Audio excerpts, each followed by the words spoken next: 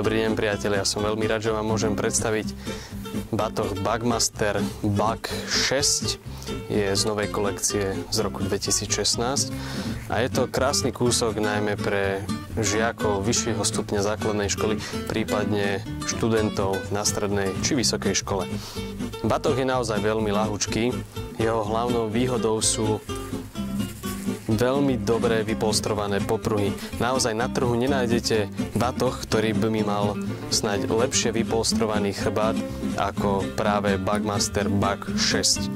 Pokiaľ máte radi poriadok a chcete mať aj vo vašom batohu všetko uložené tak, ako sa patrí, tak tento batoh je vyslovene pre vás. Batoh má 3 komory.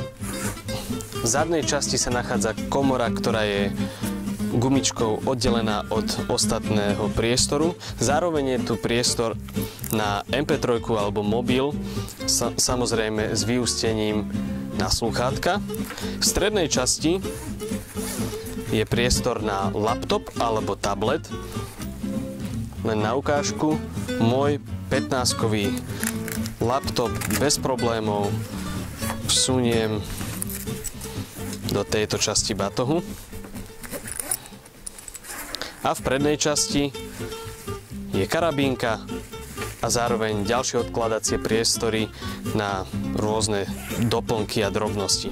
Pokiaľ nosíte okuliare a chcete ich mať naozaj dobre uložené, slúži na to toto horné flísové vrecko.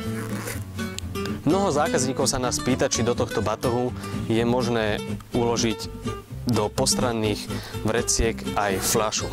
Teraz si ukážeme, že je to možné, takže prvá možnosť, ako vložiť fľašu, je do postranného vrecka.